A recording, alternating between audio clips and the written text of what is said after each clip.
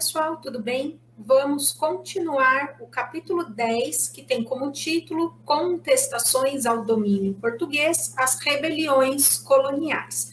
Nós vimos no vídeo passado a questão das rebeliões nativistas.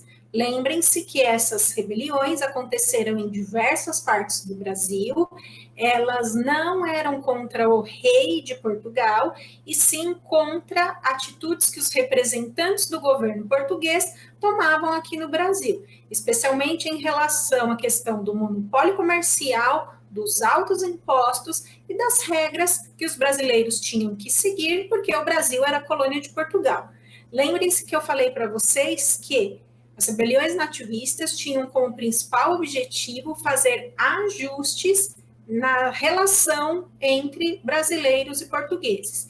Eu disse para vocês guardarem essa informação. Agora nós vamos falar sobre um outro tipo de revoltas que aconteceram no Brasil no século XVIII. O nosso assunto agora são os movimentos separatistas. A palavra separatista vem de separação. Então, olha só, pela primeira vez na história do Brasil colônia, vão acontecer movimentos que falam em se separar de Portugal. Mas, uma coisa importante, não é separar o Brasil de Portugal. Não existia naquela época, no século XVIII, a ideia do Brasil como uma unidade. Lógico, eram todos brasileiros, mas assim, os lugares eram distantes um do outro, a comunicação era muito difícil, então não existia esse sentimento de identidade nacional. Quando a gente fala em movimento separatista, a gente fala de movimentos que queriam separar a região onde eles aconteceram de Portugal. Isso é uma informação importante, hein? Guardem com muito cuidado. Então, nós vamos falar sobre dois movimentos. Um deles que aconteceu em Minas Gerais e outro que aconteceu na Bahia. E outra coisa importante, esses movimentos, além de todos os problemas, né, que as pessoas enfrentavam, foram influenciados pelas ideias iluministas. O primeiro desses movimentos é a Conjuração Mineira, de 1789. Então, aconteceu na região sudeste do Brasil. Portugal estava passando por uma situação econômica muito difícil devido ao Tratado de Methuen, que é o Tratado de Panos e Vinhos, que foi feito com a Inglaterra e que foi extremamente desfavorável para os portugueses, e Portugal precisava, né, de dinheiro para poder equilibrar aí as suas contas. Nós estamos falando aqui já da segunda metade do século XVIII. Lembrem-se que Portugal tirou muito ouro aqui do Brasil, através do quinto, que era o principal imposto, né, cobrado na mineração, 20% de todo o ouro extraído, e parte desse ouro que ia para Portugal era usado para pagar dívidas que os portugueses tinham com a Inglaterra. Mas aí aconteceu o seguinte: a partir da metade do século XVIII, o ouro brasileiro começou a ficar mais raro, porque ele estava acabando. E aí o governo português começou a desconfiar dos brasileiros. O governo dizia que os brasileiros estavam sonegando impostos, que não estavam mais pagando os impostos devidos, e aumentou a fiscalização na região mineradora. Além de aumentar essa fiscalização, o governo português baixou uma nova regra. Todos os anos, em Minas Gerais, deveria ser arrecadados 100 arrobas de ouro ao final de cada ano.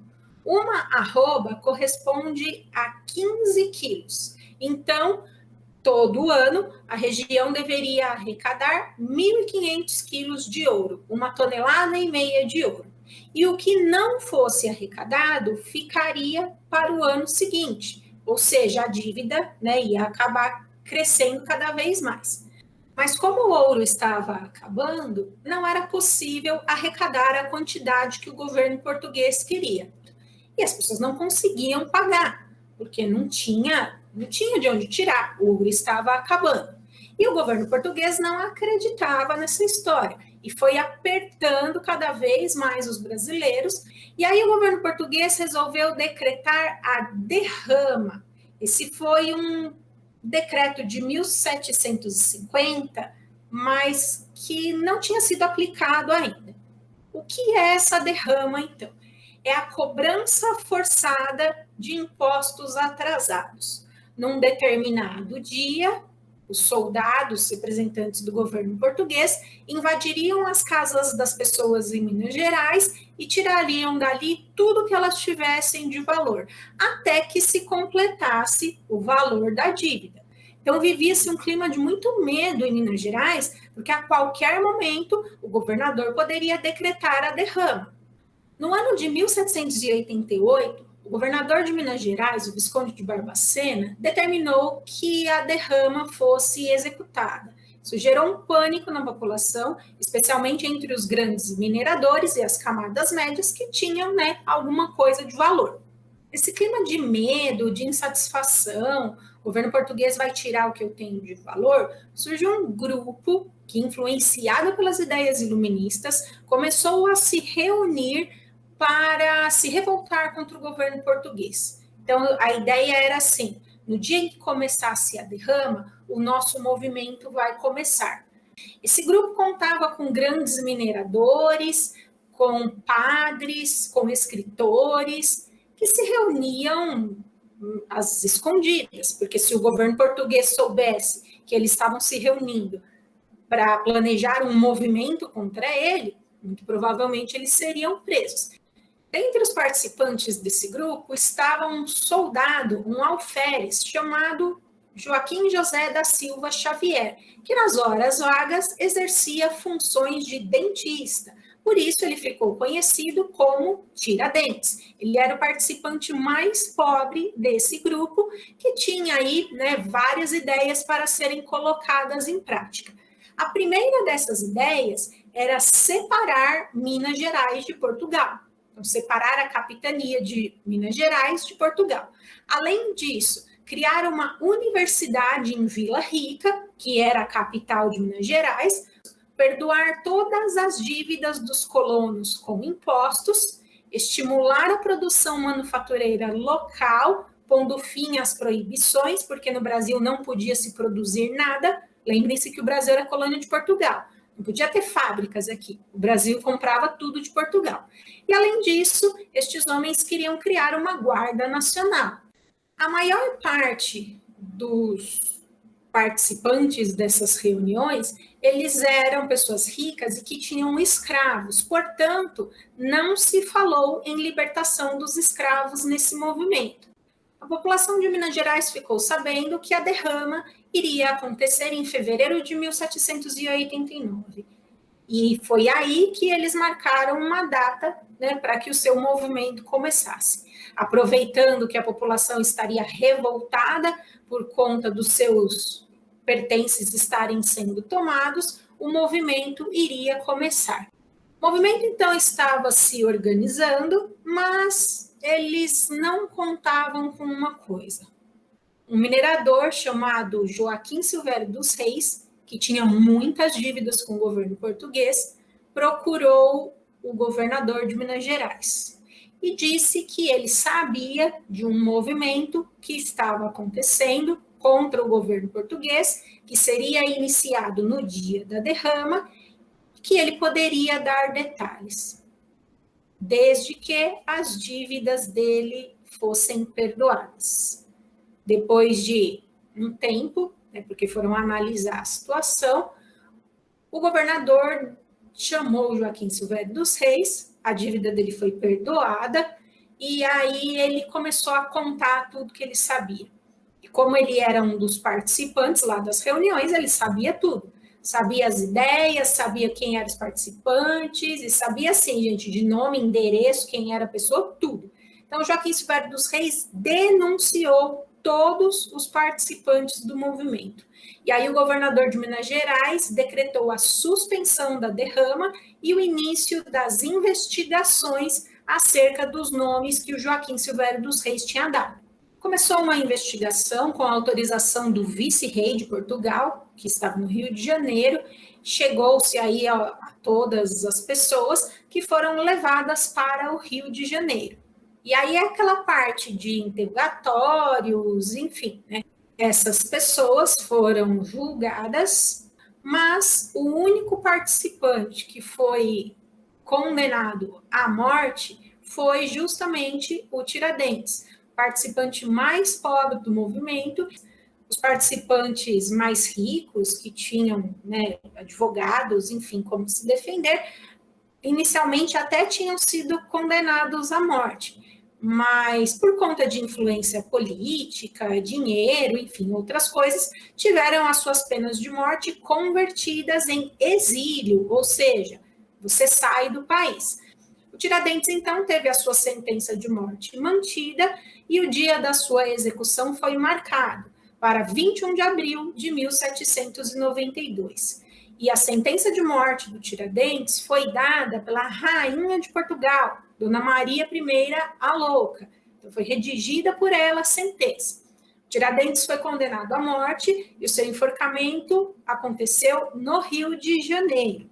Então, Tiradentes foi enforcado, foi esquartejado, o seu corpo foi dividido em 4 quartos, em 4 partes, e aí as partes do corpo dele foram levadas, a cabeça e as partes do corpo foram levadas para Vila Rica, sua cidade de origem, e foram expostas em vários lugares ali da cidade, lugares de passagem, para que as pessoas vissem o que acontecia se você fosse contra o governo português. A cabeça do Tiradentes teria sido exposta na Praça Central de Vila Rica, que hoje é Ouro Preto, e naquele local hoje tem uma estátua em homenagem, né, à sua figura. Então, a Conjuração Mineira, que era um movimento que pretendia separar Minas Gerais de Portugal, influenciado pelas ideias iluministas, influenciado inclusive pelo exemplo da independência dos Estados Unidos. Foi um movimento que acabou não acontecendo, porque o Joaquim Silvério dos Reis, em troca do perdão das suas dívidas, denunciou todo o movimento e aí seus participantes foram presos e o Tiradentes foi o único condenado à morte. O outro movimento foi a Conjuração Baiana, de 1798. A situação era a seguinte: assim como o restante do Brasil, na Bahia, as dificuldades enfrentadas pela população eram muito grandes. E as questões relacionadas ao governo português também descontentavam essa população. Então, era assim: os impostos abusivos, os altos preços dos alimentos, o custo de vida elevado, o monopólio comercial. E em Salvador ainda existia um outro problema, que era a fome. Com a alta no preço dos alimentos, a população mais pobre começou a passar fome. Então, já tem um componente diferente do que tinha em Minas Gerais. Além disso, começou a circular pela Bahia informações sobre a Revolução Francesa, que começou em 1789. Então, nós estamos aqui no ano de 1798. A Revolução Francesa, na verdade, já estava quase se encerrando, e também notícias sobre a independência do Haiti. Então, essas ideias de liberdade, igualdade, fraternidade da Revolução Francesa, essa ideia da independência do Haiti, da população pobre e negra ter se revoltado, começou a circular ali entre os habitantes de Salvador. Além disso, tinha a questão dos escravos, né, na Bahia, um local onde existiam muitos escravos ainda. E aí aconteceu o seguinte: lembra lá no começo do ano que nós falamos que quando os holandeses foram expulsos de Pernambuco, eles foram fazer açúcar de beterraba nas Antilhas holandesas? No final do século XVIII, a produção de açúcar de beterraba nas Antilhas holandesas entrou em crise.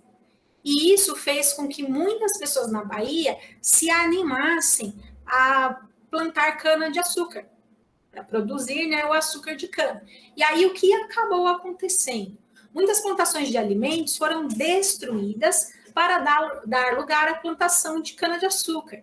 E isso fez com que a crise de fome ficasse ainda pior, porque aí com menos alimentos no mercado, o preço tende a subir ainda mais. Então a inflação era altíssima em Salvador, e isso prejudicava muito a população mais pobre. Por conta de todos esses problemas, em 1793 foi fundada em Salvador uma sociedade secreta chamada Cavaleiros da Luz. Esse grupo ele era formado pela elite baiana, que tinha como principal objetivo se separar de Portugal. Então, olha aí o separatismo de novo.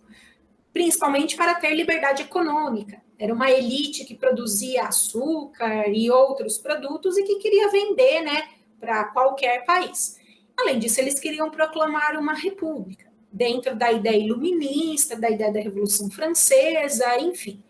Essas ideias da Sociedade Cavaleiros da Luz começaram a se espalhar por Salvador e ela chegou a outros grupos sociais, camadas médias, pessoas mais pobres, escravos e ex-escravos, inclusive, soldados, enfim, né? Começou a se espalhar por Salvador. E aí as reivindicações acabaram se ampliando, porque várias pessoas começaram a ter contato com esse grupo. Além de separar a Bahia de Portugal, essas pessoas tinham outras ideias, como, por exemplo, a liberdade de comércio entre todas as nações, a separação entre igreja e Estado, a criação, né, de um Estado laico, a extinção da escravidão, principal diferença em relação a Minas Gerais, e a igualdade de direitos entre os seres humanos. Então, percebam que é um movimento que tem propostas muito mais amplas do que em Minas Gerais. Só que aí, assim, essas propostas mais igualitárias e de fim da escravidão acabaram desagradando muitos membros da elite. E boa parte deles, que inclusive estava relacionada à fundação da Sociedade Cavaleiros da Luz, acabou saindo do movimento. Porque, assim, eram propostas que, para eles, eram consideradas radicais demais. Imagina um dono de escravo participando de um movimento que quer acabar com a escravidão. Então, grande parte da elite branca acabou se afastando do movimento. E, quando essa elite se afastou, o movimento passou a ser liderado por 2 soldados, Lucas Dantas e Luiz Gonzaga das Virgens, 2 alfaiates, Manuel Faustino dos Santos Lira e João de Deus, e por um ourives, uma pessoa que trabalha com metais, principalmente ouro, chamado Luiz Pires. Entre os dias 12 e 26 de agosto de 1798, a cidade de Salvador foi invadida por folhetos que diziam que era para o povo baiano se animar, que tinha chegado o dia da liberdade, que a desigualdade ia acabar. Então, diversos folhetos circulando aí, meio que convocando as pessoas a participarem desse movimento. Depois da publicação desses folhetos, o governo ficou de olho, né, no que estava acontecendo. Então, aumentou a investigação aí.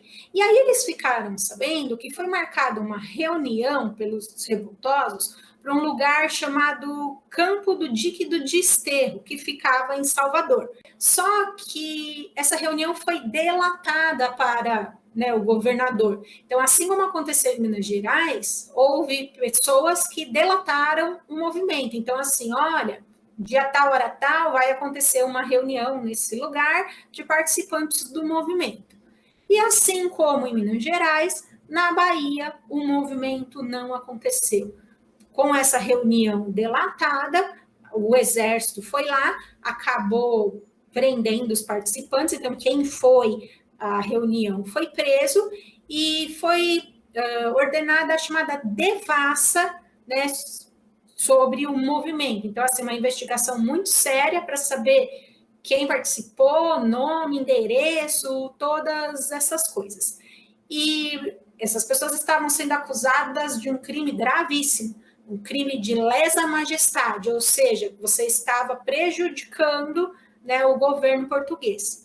E aí, em novembro de 1799, os 5 líderes foram condenados à morte. Também seria enforcamento e esquartejamento.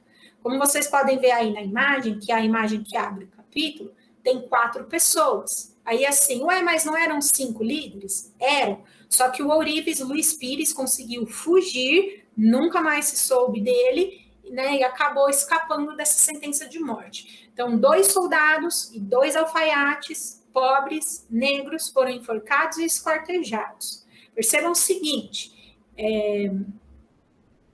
no caso do Tiradentes, a Conjuração Mineira foi de 1789. O Tiradentes foi condenado à morte em 1792. Aqui, em novembro de 1799, a situação já tinha sido toda resolvida. Os líderes negros e pobres acabaram sendo enforcados em 1799. Membros da elite que participaram do grupo Cavaleiros da Luz e que foram identificados, acabaram tendo as suas penas reduzidas. Então, fizeram as investigações, chegaram até o nome deles, mas como eles eram membros da elite, a pena de morte deles ou foi transformada em prisão de 6 meses a 1 ano, ou muitos deles acabaram sendo absolvidos, né, pelas autoridades portuguesas. Importante, então, é o seguinte, gente, tanto a Conjuração Mineira como a Conjuração Baiana foram movimentos separatistas, que pretendiam separar as suas regiões de Portugal. Só que, enquanto a Conjuração Mineira foi um movimento liderado por pessoas de elite, na Bahia, os membros das elites acabaram se afastando do movimento, que acabou sendo liderado por pessoas mais pobres. Por conta dessa composição social, em Minas Gerais não se falava sobre a abolição da escravidão, coisa que na Bahia já se falava. Os 2 movimentos acabaram sendo influenciados pelas ideias iluministas e tem também como semelhança a repressão violenta por parte do governo português. Mas foram 2 movimentos importantes e que mostraram que a população brasileira não aceitava mais calada o que eles consideravam errado que vinha de Portugal. Nós encerramos, então, esse capítulo, né, com esses 2 tipos de movimentos que aconteceram. No próximo capítulo, nós vamos falar sobre a chegada da família real portuguesa aqui no Brasil e o que mudou no nosso país depois disso. Então, eu vejo vocês lá. Até mais. Tchau!